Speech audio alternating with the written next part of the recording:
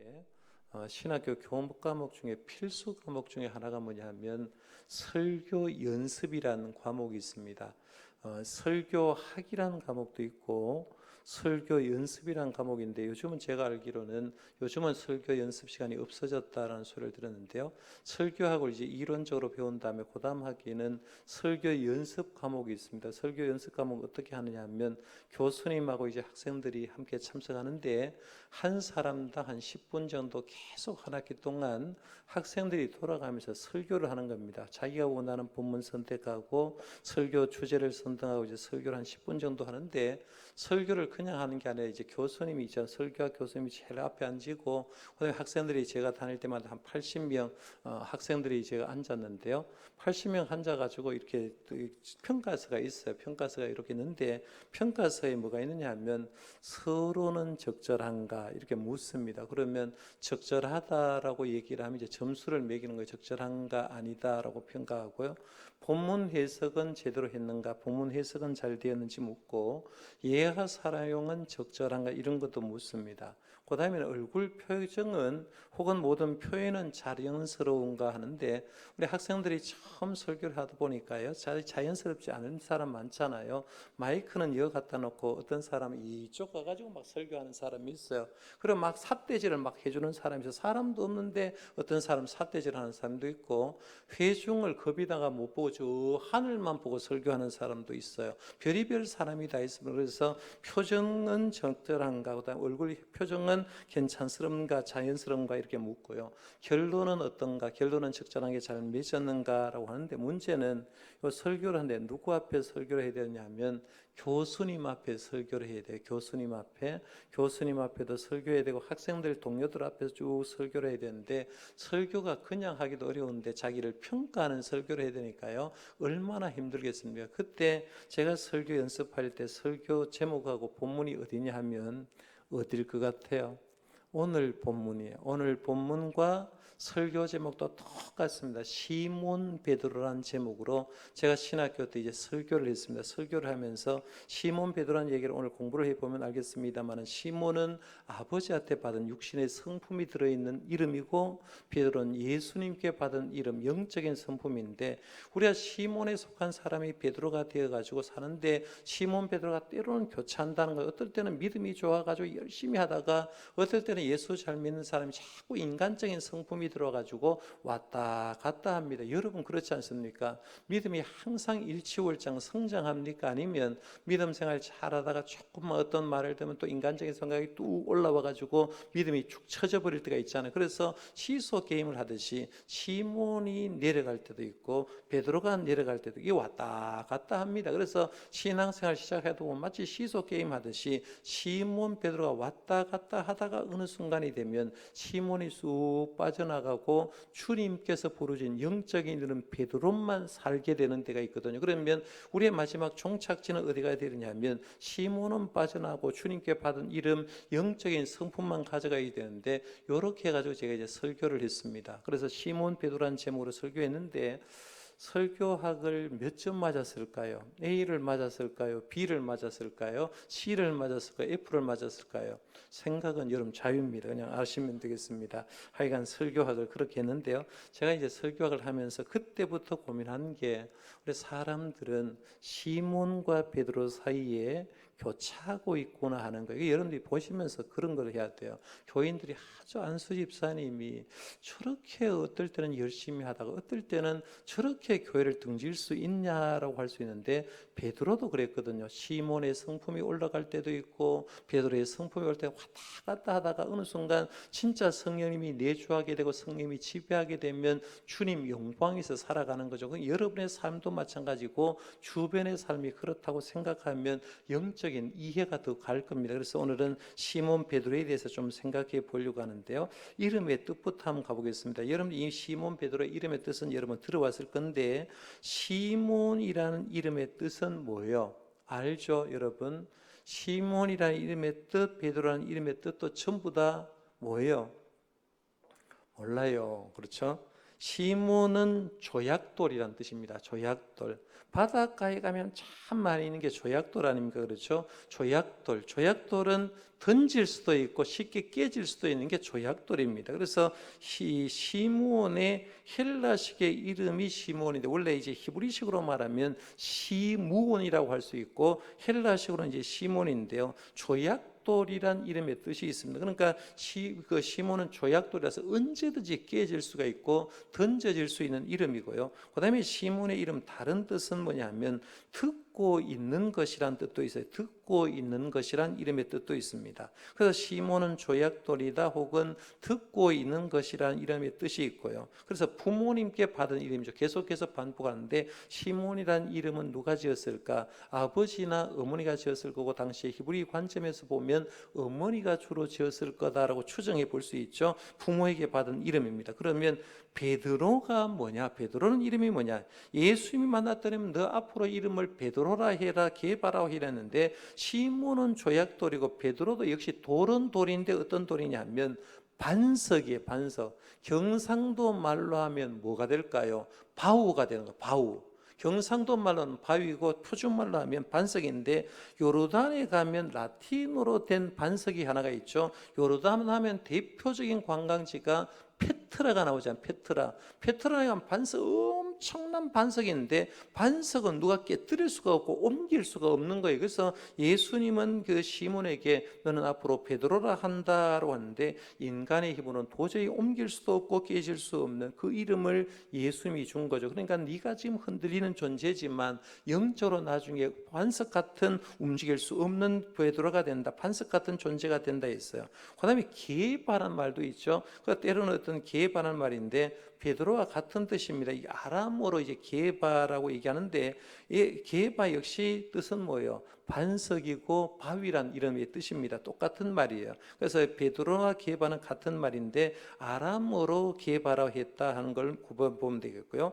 중요한 성경 구절을 한번 보면 오늘 본문 말씀이 이제 그 성경 구절 나왔고요. 마태복음에도 여러 군데 나왔고 요한복음에도 나왔고 사도행전에도 나오고 베드로 전서 후서 이제 베드로가 기록했기 때문에 그 전서의 그 전후서에 보면 베드로가 기록한 모든 것을 알 수 있습니다. 그다음에 세 번째 가족 배경을 한번 가보겠는데 인적 사항을 한번 가보겠습니다. 아버지는 누구냐로 하니까 오늘 42절 말씀에 보면 이런 말을 했죠. 42절에 보면 베드로를 얘기할 때 내가 요한의 아들 뭐라고 했어요? 요한의 아들 시몬이다 했어요. 그러니까 아버지 이름은 요한입니다. 그렇죠? 요한인데 히브리어로 얘기하면 요나란 이름의 뜻이에요. 그래서 요나인데 그냥 요한의 아들 시몬아 이렇게 얘기하는데요. 보통 우리 옛날에도 그렇잖아요. 시골 동네 가면 아이를 이럴 때 누구부터 부르냐면 저 집은 누구누구 집의 아들 이렇게 하죠. 아버지 이름을 부르고 아들을 부른 것처럼 당시에 마찬가지로 이스라엘에도 아버지의 이름을 먼저 부르고 아들을 불렀기 때문에 요한의 아들 시몬이니라고 하는 걸 보게 되고요. 어머니는 정확한 이름이 성경에 나오지 않지만 전설에 따르면 어머니의 이름을 요한나라고 한다라고 해서 요한나라고 이렇게 했는데 요한나라는 이런 전설에 있는 걸 보게 되고요. 두 번째는 인적 상을 보면 이 가정이 어디서 살았느냐 하면 가버나움 근처 베세다에서 어업에 종사했다. 그래서 베세다 하면 여러분 생각나는 사건 뭐예요? 오병이어의 기적이죠. 그렇죠? 베세다 들녘에서 오병이어의 기적을 행했고 5천 명을 먹이고 12광주를 거두었다는데 가버나움 근처 베세다에서 어업을 종사했는데 나중에는 이사를 하게 됩니다. 어디로 이사했을까요? 가버나움이죠. 예수님이 성경 말씀에 보면 베드로가 예수님의 제자가 되어서 자기 장모가 열병에 앓는 걸 보고 그때 가버나움에 이미 살고 있었던 걸 보게 됩니다. 그래서 지금도 성지순례 가면 꼭 보셔야 되는 게 뭐냐면 가버나움에 가면 보게 되는 게 가버나움의 회당입니다. 옛날 예수님 당시의 회당과 그 위에 200년대 지어진 회당의 기둥을 보게 되는데 그 아래 보면 새까맣게 있는 예수님 당시의 회당터다 하는 걸 보게 되고요. 그 다음에는 그 가보는 회당 근처에 가면 뭐가 있느냐 하면 베드로의 집터가 있어요. 베드로의 집터가 있고 베드로의 집터 기념교회가 있습니다. 그래서 가보면 이제 가버나움 회당도 들리게 되고 가버나움 집터 베드로의 집터 기념교회도 보고 여기가 바로 베드로의 집터였습니다 하면서 터가 남아있는 걸 보는데 나중에는 가버나움에서 살았던 걸 보게 되고요. 그 다음에는 베드로는 세 번째 보면 결혼을 했어요 안 했어요? 결혼을 했습니다. 그렇죠? 사도 바울이 늘 얘기할 때 사도 바울은 결혼했다는 표현을 사도 바울은 결혼하지 않지만 베드로는 결혼했다는 얘기했는데 결혼했고 결혼을 했으니까 당연하게 누가 있어요? 장모님이 있는 거죠. 장모님이 있는데 성경 말씀이 기록해 보면 장모님을 모시고 살았다. 무슨 이유인지 모르지만 장모를 모시고 살았고 아내가 누군지는 몰라요. 성경에 기록이 없고 베드로가 그 아내를 통해서 자식을 몇 명 낳은지 자식 이름도 모릅니다. 하여간 결혼해서 장모를 모시고 살았다. 그 정도만 성경에 기록에 남아 있습니다. 자, 그럼 네 번째로 가겠습니다. 신약 성경은 시몬 베드로에 관해 어떻게 말하고 있는가라고 했는데 오늘 본문 말씀을 쭉 보면 35절부터 얘기를 하는 게 첫 번째 얘기하는 게 뭐냐면 시몬 베드로는 그의 동생 안드레에 의해 그리스도에게로 인도되었다고 했는데요. 이 시몬 베드로의 동생이 안드레입니다. 그런데 안드레하고 우리가 알던 요한복음의 저자 요한은 원래 누구 제자였느냐 하면 사도 세례 요한의 제자죠. 그렇죠. 세례 요한의 제자. 세례 요한의 제자였습니다. 그래서 말씀을 한번 잘 보십시오. 35절 말씀 한번 가볼게요. 35절 앞에 갑니다. 또 이튿날 요한이 자기 제자 중 두 사람과 함께 섰다가 여기서 두 사람이 누굴까요? 한 사람은 안드레, 한 사람은 요한입니다. 함께 섰다가 예수께서 그니심을 보고 말하되 보라 하나님의 어린 양이로다 하면서 예수님을 보는 순간 세례 요한이 하나님의 어린 양이 저기 간다 했죠. 그래서 우리 하나님의 나라는 하나님의 어린 양으로 시작되는 나라인데 하나님의 어린 양이로다. 그러니까 두 제자가 그 말을 듣고 예수를 따르거늘 했어요. 갈아타기라는 겁니다. 선생님을 받고 해서 선생님을 세례 요한에서 예수님께 갈아탔습니다. 그래서 예수님을 따르거늘 예수께서 돌이켜 그 따른 것을 보시고 물어 이르시되 무엇을 구하느냐 이르되 랍비여 어디 계시오니까 하니 랍비는 번역하면 선생이라 예수께서 이르시되 와서 보라. 그러므로 그들이 가서 계신 데를 보고 그날 함께 거하니 때가 10시쯤 되었더라라고 해서 10시쯤 되었더라.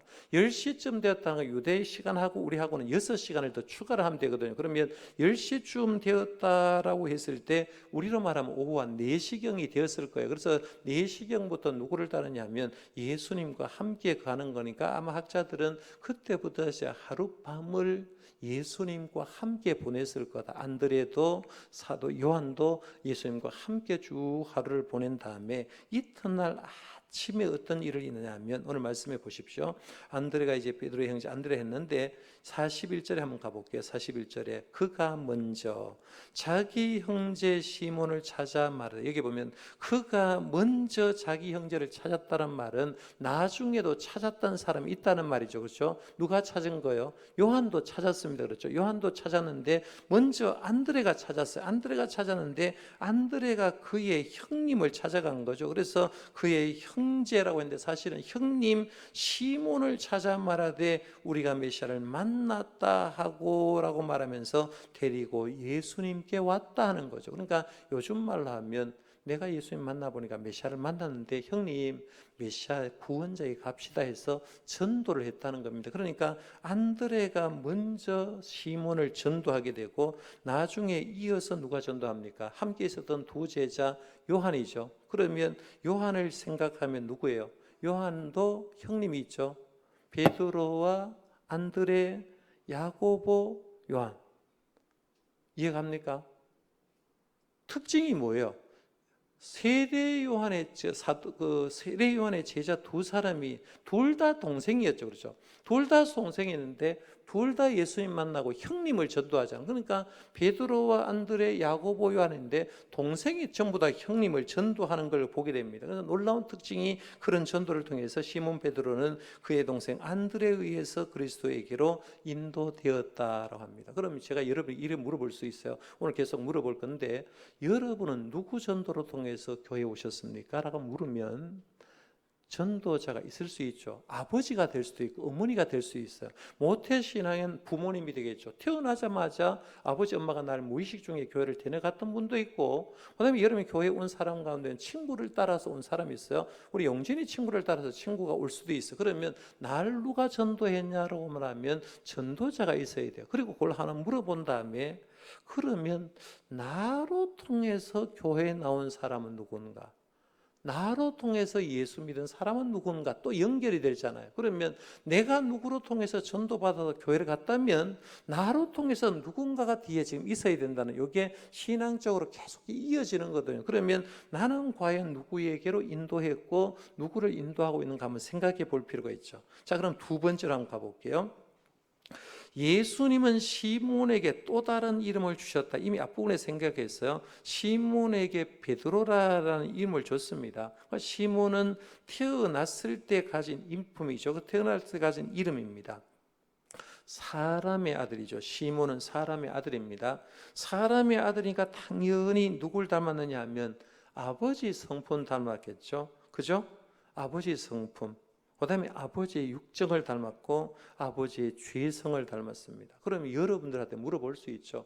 여러분 누구 닮았어요? 라고 물으면 부정을 아무리 해도 누굴 닮느냐 하면 아버지 엄마 닮습니다. 여러분 뭐 물어볼 것도 없어요. 성품도 성격도 모습도 다 아버지를 닮게 됩니다. 그러니까 시몬은 태어났을 때 받은 이름이에요. 그 다음에 베드로는 예수님이 주신 이름이죠. 그래서 장차 게바라 하리라 했는데 언제부터 게바라고 불립니까?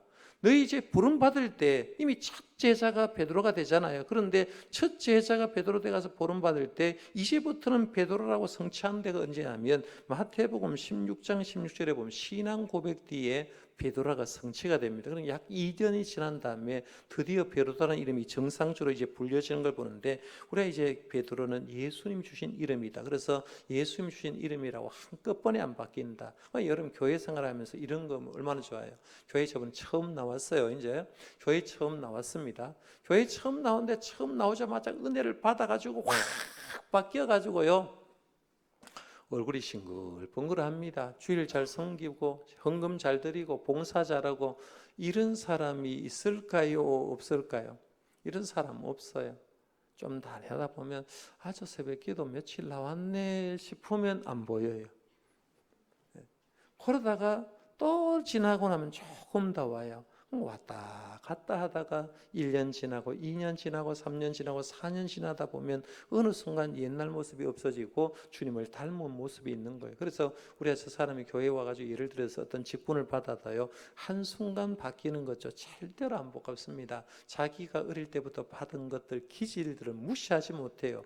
똥꼬집 있는 사람은 신앙생활 해도 계속해서 똥꼬집을 부리는 거예요. 그런데 그게 성령 안에서 다듬어지다 보면 어느 순간이 있는데 너무 늦게 다듬어 주면 주님의 일 하려고 해도 시간이 없을 때가 많다는 거죠. 그러니까 적당한 때 해야 되는데 베드로 같은 경우는 한 2년 뒤쯤에 보면 바뀌죠. 그 밑에 보면 이따가 얘기를 합니다.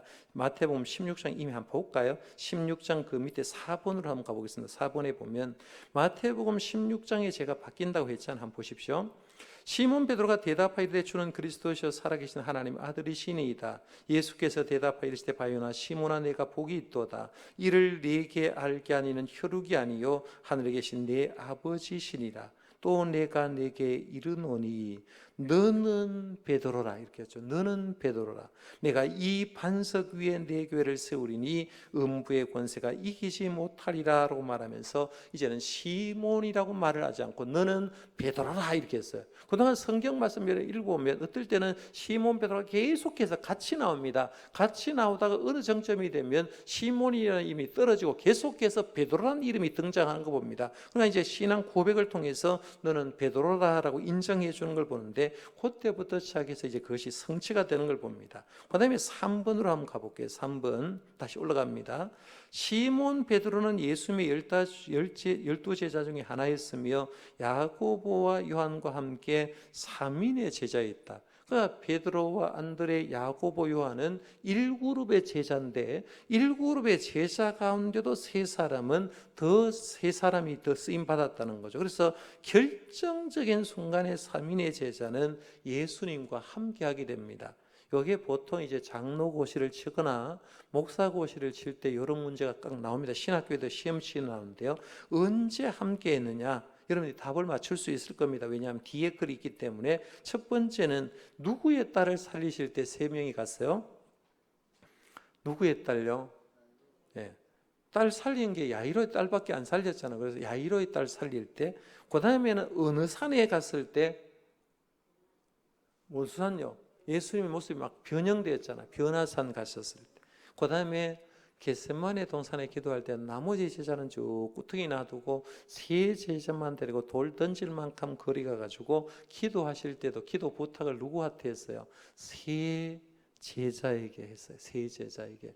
11제자에게 다 부탁한 게 아니라 세 제자에게 부탁했습니다. 이게 왜냐하면 예수님과 그만큼하게 친밀하다는 거예요. 그러니까 가끔씩 제가 여러분에게 예를 들어서 집사님, 권사님, 날 위해서 좀 기도해 주세요라고 부탁받아 본 적 있습니까? 예? 친하면 기도 부탁을 받는데 친하지 않으면 기도 부탁 안 하죠. 자기 기도도 못하는 사람한테 제가 기도 부탁하겠어요? 내가 오히려 기도해야 되죠. 그런데 기도 늘 하는 사람에게는 기도 무릎을 꿇는 사람에게는 저희도 이런 긴급한 기도가 있는데 기도 좀 해주셨으면 좋겠습니다. 부탁할 때가 있다는 거죠. 그게 친하다는 거예요. 그래서 예수님과 3인방이 되어서 야고보와 요한과 함께 3인의 제자였다. 그 다음에 이제 시몬 베드로의 고백 얘기를 한번 들어가 보겠습니다. 아까 제가 말씀드렸지만 이제 시몬이란 이름이 그동안 등장했습니다. 시몬 베드로가 대답하여 이르되라고 말하면서 시몬이라는 이름이 있었어요. 그래서 이제 마지막 18절에 보면 내가 네게 이르노니라고 말하면서 너는 지금도 시몬이라는 성품이 있지만 이제는 베드로라고 하라라고 이렇게 하는 걸 보게 됩니다. 그래서 베드로라고 불렀는데 예수님이 이제 베드로라고 불러준 이유가 뭐냐 하면 신앙 고백을 잘했잖아요. 주는 그리스도시요 살아계신 하나님의 아들이십니다라고 고백했어요. 그런데 베드로의 신앙 고백은 잘 알죠. 마태복음 16장 16절에 나온다 잘 아는데 베드로의 신앙 고백을 베드로의 지혜로 했습니까? 아니면 하나님께서 주신 은사로 했습니까? 예? 하나님이 계시를 해줬기 때문에 예수님 제대로 알았습니까? 아니면 베드로가 지식적으로 터득했냐 하는 거예요. 어떻게 했습니까? 말씀 한번 보십시오. 바요나 시모나 17절입니다.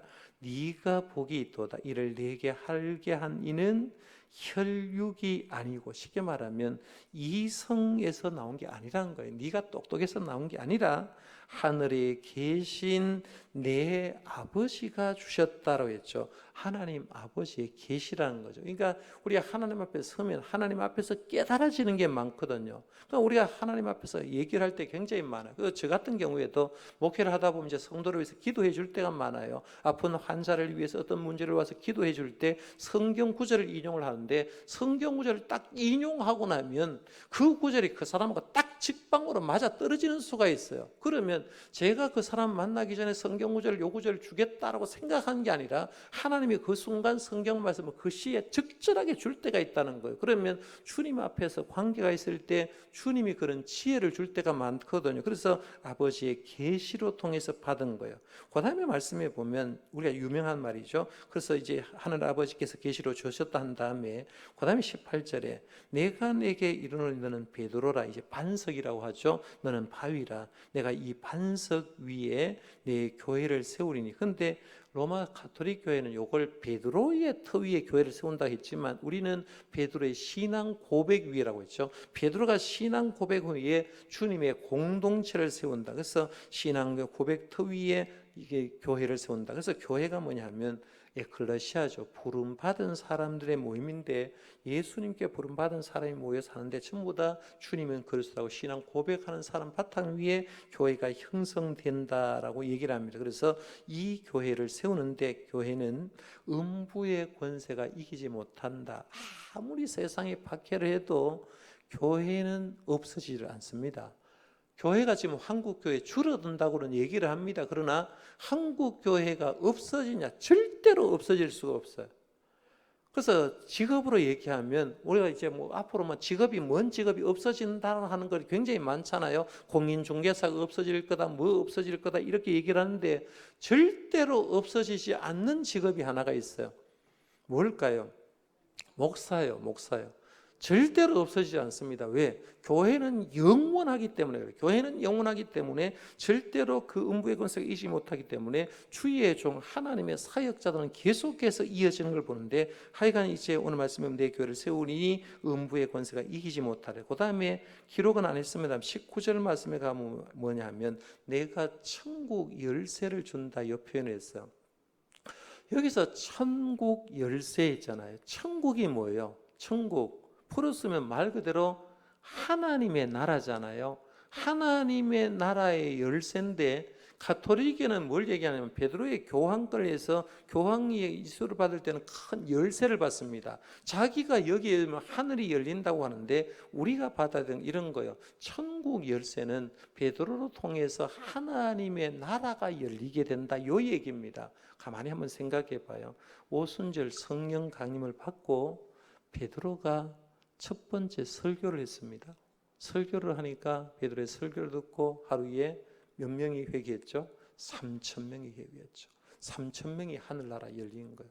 그 다음에 안진뱅이를 고치고 나서 또 설교를 했어요. 몇 명이 바뀌었어요? 5,000명이 바뀌었죠. 그러니까 베드로를 통해서 하늘나라의 문이 열린다. 그래서 천국 열쇠가 열린 거죠. 가만히 보면 베드로를 통해서 유대인의 문도 열리고 사마리아인도 열리고 이방인에게, 고넬료의 가정에도 복음 증가한 게 베드로잖아요. 그래서 베드로 통해서 하나님의 나라의 문을 여는 역할을 네가 할 거다 하면서 내가 천국 열쇠를 네게 준다 하는 걸 보게 됩니다. 그래서 말씀을 쭉 보면 베드로 통해서 하나님의 나라가 열린 걸 보게 됩니다. 자, 그럼 다섯 번째로 한번 가볼게요. 예수님이 잡히시던 밤에 예수님을 3번이나 부인하고, 그래서 이건 실책을 얘기하는데요. 예수님이 잡히던 밤에 도망을 갔는데 11 제자 중에 남은 제자가 있어요, 없어요? 다 도망갔죠. 그렇죠? 마가 요한 같은 경우에는 혼이불도 벗고 갔죠. 다 벗고 벗은 몸으로 가서 베드로는 3번이나 부인했고, 예수님이 죽으신 후에도 갈릴리 바다로 돌아가서 다시 고기를 잡는 등 인간적인 나약함을 보였다. 이게 사람의 특징입니다. 자, 그럼 뒤로 넘겨볼까요?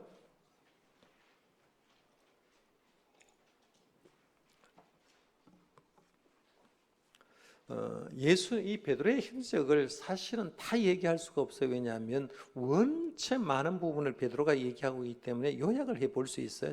6번째입니다. 부활하신 예수님을 만난 베드로에 대해서 이제 초대교회의 중심된 역할을 하게 되는데, 갈로 부분 한번 보면 가룟 유다 대신 제자가 된 사람 이름은 누구죠? 마띠아죠. 그렇죠? 마띠아 사도를 뽑는 일을 주관했고, 요한과 함께 기도하는 시간에 올라가서 안진뱅이 40세쯤 된 안진뱅이 고쳤고, 성령을 속여서 바깥 팔아놓고 거짓말했던 삽비라 남편 누군지 알죠? 그죠? 삽비라 남편 누구예요? 모르나요? 아나니아와 삽비라. 아나니아 삽비라. 그렇죠? 부부를 하나님으로 처벌했고, 중풍병자 에니아를 고쳤고, 죽은 다비다를 찾고, 그 외에도 복음사에게 힘썼습니다. 이방 지역에서 두 서신, 베드로 전서, 후서를 기록하게 되죠. 그래서 성경에 보면 베드로가 쓴 서신, 베드로 전서, 베드로 후서가 있죠. 그래서 베드로 전서는 고난받고 핍박받는 성도를 위로하고 격려하기 위해서 썼고, 베드로 후서는 배교자와 거짓 교사에 대해서 경고하기 위해서 쓴 게 베드로 후서입니다. 그다음에 6번째입니다. 예수님의 예언대로 네로 황제 때 로마에서 순교한 것으로 보인다. 그래서 요한복음 21장에 보면 늙어서는 내 팔을 벌리니 원하지 않은 곳으로 데려가리라. 그래서 네 팔을 벌린다라고 했는데, 전설에 따르면 우리 압니다. 베드로가 얼마나 겸손했든지 나는 예수님처럼 죽을 자격이 없어요 라고 말하면서, 나는 예수님처럼 죽을 가치가 없는 사람이니까 자기를 십자가에 못 박는 자들에게서 나를 거꾸로 못 박아주세요 라고 해서 베드로는 거꾸로 십자가에 못 박혀서 죽었습니다. 그래서 전설에 그대로 남아있는데, 로마에서 한 68년경에 순교를 하게 됩니다. 완벽하게 시몬의 모습은 없어지고 베드로의 모습으로 순교를 하게 되죠. 그 다음에 7번째입니다. 베드로의 주요 업적을 한번 보면, 뜨거운 열정으로 주를 사랑하며 수제자로서 그리스도를 보필했다. 여러분들이 베드로 하면 마지막 이런 얘기 들었어요. 그렇죠? 수제자란 말을 들었잖아요. 그렇죠? 그렇죠? 수제자, 우두머리예요. 우두머리. 수제자인데 한번 생각해 봐요. 요즘 말로 하면 제자 중에 리더란 말이거든요. 리더는 쉽냐 안 쉽냐? 여러분, 구역원이 쉬워요? 구역장이 쉬워요? 자, 구역원이 쉬워, 구역장이 쉽다는 사람 혹시 없습니까? 여전도의 회원이 쉬워요? 여전도의 회장이 쉬워요? 회원이 별의별 회원이 다 있거든. 권사의 회원이 쉬워요? 권사의 회장이 쉬워요? 회원이 쉽죠. 장로님도 마찬가지예요. 장로님도 우리 교회 장로님이 8분이 있지만 8분의 장로님 가운데 제일 힘든 분이 누굴까요? 앞에 있는 분이 제일 어려워요. 스님이 어려워요. 이유가 뭐냐면 가정에도 제일 큰 형님이 어렵듯이요. 앞에 선 사람 어려워요. 그래서 뜨거운 열정으로 주를 사랑하며 수제자로서 그리스도를 보필했다. 이 말에 숫자란 말은요. 굉장히 무서운 말입니다. 그러니까 여러분이 교회 생활하면서 앞장선 리더가 되는 게 굉장히 어려운 겁니다. 리더가 되면 진짜 목회자의 마음은 이렇겠구나. 구역 식구들 좀 돌보다 보면 구역에 별의별 사람 다 있잖아. 그러면 구역장 좀 되면 목사님은 그럼 300명이 넘는 교인들을 어떻게 컨트롤 할까라고 하면서 조금 이해가 갈 거예요. 그래서 리더가 그만큼 어려운 거예요. 그래서 베드로는 수제자로서 예수님을 보필했다. 그다음에 두 번째, 예수가 그리스도임을 가장 처음으로 고백한 사람이죠. 그렇죠. 나중에 도마도 부활하신 주님을 만나서 고백하지만 마태복음 16장에 처음으로 주는 그리스도시요 살아계신 하나님의 아들이십니다. 명확하게 고백하는 거죠. 이것도 보통 게 아니죠. 주님이 계시로 은혜를 주셨기 때문에 하는 거예요. 그다음에 예수 성천 후 성령을 받고 능력을 행하며 병 고치는 기적을 나타냈다. 놀라운 일을 했죠. 그다음에 네 번째, 초대교회 대표적인 지도자로서 그 역할을 훌륭히 수행했다. 그 다음에 여섯 번째입니다. 유대인 성도들에게 이방인 선교의 정당성을 주장했습니다. 그래서 하늘나라 문을 여는 천국 열쇠를 줬는데 천국 열쇠를 가지고 이방인 고넬료의 집에서도 전도를 했고 이방인 선교의 정당성을 주장하게 되고, 그 다음에 여섯 번째, 베드로의 전서 후서를 기록하게 된다. 보통 우리는 이런 말을 합니다. 예수님의 제자는 대체적으로 무식한 사람을 통해서 주님이 불렀다라고 얘기를 합니다.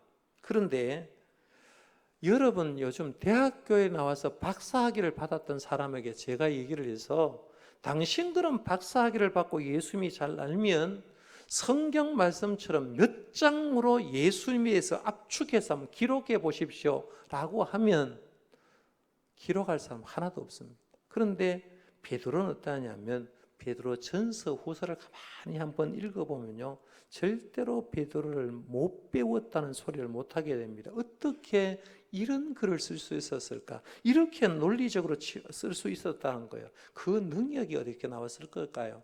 성령의 능력이죠. 성령 받으니까 설교도 능력 있게 하고 있죠. 치유 사역도 잘했습니다. 성령 능력 받으니까 집필 사역도 잘하는 거죠. 그러니까 감탄을 자아낼 만큼 설교도 잘했고 치유 사역도 잘했고 집필 사역했는데 주님의 손에 붙잡히니까 그렇게 되는 거예요. 그럼 오늘 우리들도 그래요. 내가 좀 부족한 사람 많잖아요. 다 부족해요. 그러나 내가 아무리 부족해도 주님의 손에 붙잡히면 주님 안에서 능력 있게 일하는 줄 믿으시길 바랍니다. 내가 좀 부족할수록 그러니까 뭘 해야 되겠어요? 주님께 기도해야 되겠죠. 주님, 날 사용해 달라고, 나를 써달라고. 그러면 주님이 나를 쓰시면 훨씬 더 큰 일을 감당하는데 그걸 통해서 배우는 거죠. 그래서 우리가 못 배우고 능력이 없어도 거기서 너무 자학하지 말고요, 성령님이 나를 이만큼 쓰셨다 생각하고 주님이 지금도 나를 붙잡으면 귀에 쓰이는 줄 믿을 수 있기를 바랍니다. 이걸 베드로에 통해서 배우는 거예요. 자, 그럼 여덟 번째 갑니다. 베드로도 주요 실수를 했습니다. 이미 여러분 다 압니다. 첫 번째는 예수 체포 시에 도망을 갑니다. 그렇죠? 수제자 정도 가면 안 가야 되잖아요. 나 예수님과 함께 가리라 하면서 같이 끌려가야 되는데 없어졌어요. 그 다음에 여종 앞에서, 비자 앞에서 마가복음 14장에 보면 예수님을 모른다고 세 번이나 부인하잖아. 나 그 사람 몰라 했잖아. 세 번이나 부인했어요. 그 다음에 이제 베드로의 성격을 얘기할 때는 성격이 급하고 늘 생각보다 행동이 앞서는 겸손함으로 예수님의 책망을 받았다. 그러니까 베드로는 성격이 굉장히 급한 사람이었어요. 그래서 늘 생각보다 행동이 앞서는 사람 많아요. 근데 교회 리더가 되려면 이렇게 하셔야 돼요. 리더는 항상 생각을 먼저 하셔야 돼요. 내가 누구한테 얘기를 해야 되겠다. 오늘 목사님을 하고 만나가지고 이런 얘기를 내가 뭘 얘기를 해야 되겠다 싶거든. 집에서 가만히 한번 생각해 봐야 돼요. 내가 지금 얘기하려고 하는 게 진짜 맞는 얘기인지, 목사에게 할 수 있는 얘기인지, 논리적인지, 과연 타당성인지 생각을 하고 오면 실수를 안 하는데 생각 없이 덤성덤성 얘기를 했다가 나중에 되면 괜히 얘기했다 싶을 때가 굉장히 많다는 거예요. 그러니까 항상 성격이 급하고 늘 생각보다 행동이 앞서는 경솔함을 통해서 베드로도 예수님께 책망을 많이 받았습니다. 그러니까 어지간하면 자기가 조용하게 교회 리더쯤 되면 항상 생각을 먼저 하고 행동을 나중에 해야 된다는 걸 보게 되는데, 베드로는 그렇게 했기 때문에 실망을 받고 예수님께 책망을 받았어요. 자, 그럼 다섯 번째, 이제 오늘 배울 수 있는 교훈 부분 한번 가볼게요. 아까 했던, 제가 첫 번째 질문했던 건데 한번 보겠습니다. 우리 모두는 다른 사람들에게 우리가 주 예수 그리스도를 만나 그분을 영접했다는 사실을 단순히 말할 수 있다. 시몬 베드로는 그의 동생 안드레로 말미암아 그리스도에게로 인도되었다라고 해서, 제가 아까 이 부분을 얘기를 하면서 재미난 건 예수님의 첫 번째 부름받은 네 제자 가운데 동생이 둘 다 형님을 불렀다 이렇게 말씀을 드렸잖아요. 그러면 우리가 질문한 거예요. 나는 누구 때문에 예수 믿었냐? 나는 누구 때문에 복음을 영접했냐 하면 여러분 생각나요, 안 나요? 이정아 권사님은 누구 때문에 예수 믿었어요? 할머니 때문에, 정쌍금 권사님 때문에 예수 믿었어요? 아니면 누구? 친할머니? 친할머니 때문에 예수를 믿었다는 거예요. 자, 그러면 이렇게 또 물어볼 수 있어요. 권사님 때문에 예수 믿은 사람은 또 누구예요? 이름은 모르는데 있어요, 없어요? 이렇게 얘기해야 돼요. 우리가 나는 누구 때문에 예수를 믿었는데 나로 통해서 예수 믿은 사람은 누군지를 얘기를 할 수 있어야 돼요. 근데 어떤 사람은 나는 누구 때문에 예수를 믿었어요. 근데 내 때문에 뒤에 누구 예수 믿었어요? 라고 하면 한 명도 없는 사람이 있어요. 이게 신앙적인 계보가 끊겨버리는 거거든요. 그러니까 항상 두 가지 질문이에요. 나는 누구 때문에 예수를 믿었으니까 내 때문에 예수 믿은 사람 누군가를 한번 생각해 보셔야 돼요. 그래야 주님의 복음이 확장되는 거예요. 자, 그럼 두 번째 갑니다. 우리가 예수를 영접할 때 우리는 그리스도 안에 있는 새로운 피조물이 되는 것이다. 자연인 시몬이 영적 사람 베드로가 되었다는 거죠. 그러니까 시몬이 나중에 되면 베드로가 되는 거예요. 여기 중간에는 항상 이름이 시몬 베드로가 항상 붙습니다. 그러니까 시몬, 처음에는 시몬이죠. 그 다음에 시몬 베드로예요. 그 다음에는 시몬이 떨어져 버리고 베드로라는 이름이 등장합니다. 그럼 오늘 우리들도 마찬가지입니다. 우리도 육신의 이름도 있지만 주님께 받은 이름이 있어요. 이 직분일 수도 있는데 어느 순간 막 세상 것하고 영적인 것이 막 교차가 됩니다. 교회 생활하면서 막 교차가 되다가 어느 순간에 세상 것이 휙 단언하고 나에게는 오직 주님밖에 없습니다 해서, 제가 오늘 새벽에도 말씀드렸습니다만 오늘 주일부터는 제가 전도서를 강의를 하려고 합니다. 구약성경 39권 가운데 첫 번째 강의를 전도서를 강의하면서 이 세상에는 다 저자가 헛되다고 하는데 진짜 귀한 게 뭐냐, 뭘 잡아야 헛된 인생이 아닐까 하는 것을 말씀을 통해서 드리려고 하는데요. 우리가 주님 앞에서 시몬으로 살 건가 아니면 베드로로 살 건가 하는 건 여러분 스스로가 노력해야 됩니다. 그러니까 자기 스스로 나는 베드로가 되었다는 문제가 아니다. 옆에서 볼 때도 저 사람은 진짜 베드로야. 그런데 저 사람은 아직도 시몬 베드로가 왔다 갔다 하는 사람이 있을 수 있다는 거예요. 그러니까 이 과정을 통해서 가는데 하여간 자연인 시몬이 나중에 되니까 명적인 사람 베드로가 된 거예요. 그 다음에 세 번째 갑니다.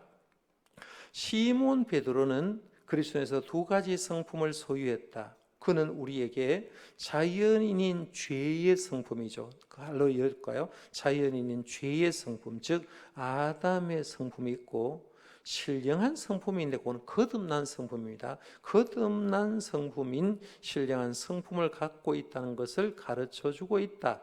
그러니까 시몬 베드로는 이름의 뜻이 뭐냐 하면 죄의 성품과 거듭난 성품이 있다는 거죠. 그러니까 제가 신학교 때 설교를 한 게 이런 거예요. 우리가 신학교에 왔지만 아직도 신학교 생활하면서 죄의 성품과 거듭난 성품 가운데 교차하지만 우리 모두는 나중에 베드로가 되어야 됩니다라고 설교를 했습니다.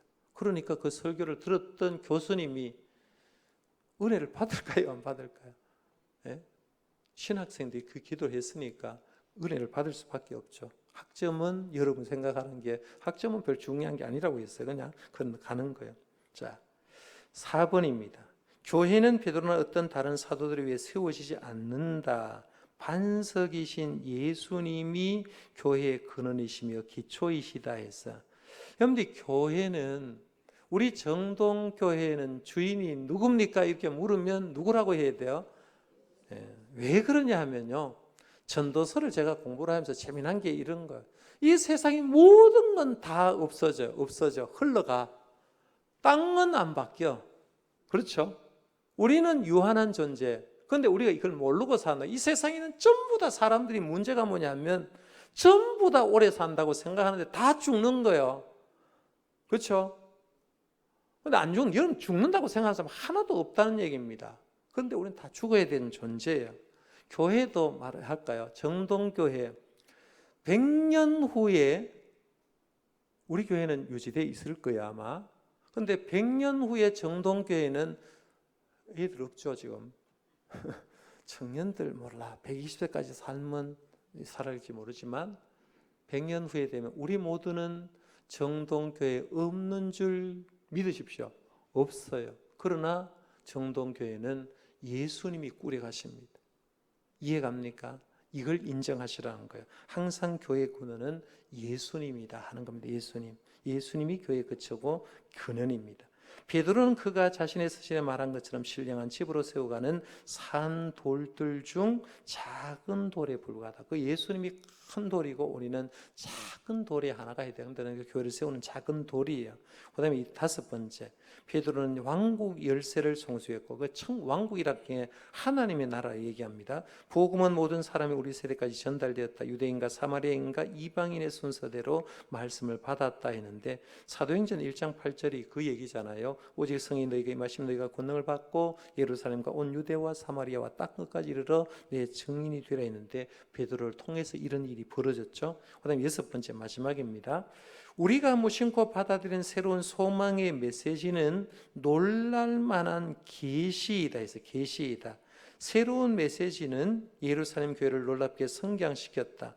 이와 같이 메시지를 우리가 성실하게 가르치고 전파하고 그대로 살아간다면 지금도 사람들은 그리스도를 영접하게 될 것이다 했는데 우리가 지금도 교회는 성장하냐 안 하냐고 물으면 지금도 주님의 말씀을 믿고 복음 전하는 교회는 성장하는 줄 믿으시길 바랍니다. 믿음으로 그대로 하면 주님의 성장은 일어난다는 거예요. 그래서 제가 오늘 이제 시몬 베드로 얘기를 쭉 공부를 하면서 느껴야 될 게 뭐냐면 오늘 우리는 어느 쪽인가? 마지막으로 결론 지면 이런 거예요.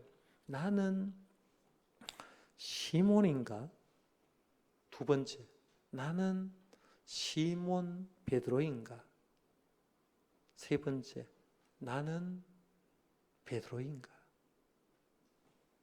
여러분은 몇 번이냐는 거죠. 잘 물어보세요. 시몬 베드로가 끊임없이 교차하다가 어느 순간 시몬이 달아나고 오직 주님 위해 살아가는 베드로예요. 우리가 추구해야 될 건 육신적인 것이 어느 성까지는 있다가도 성에 안에서 다 빠져나가고 오직 주님께서 부르신 그 이름, 반석, 주님 앞에서 쓰임받는 베드로라는 이름이 남는 저와 여러분들 되시기를 바랍니다.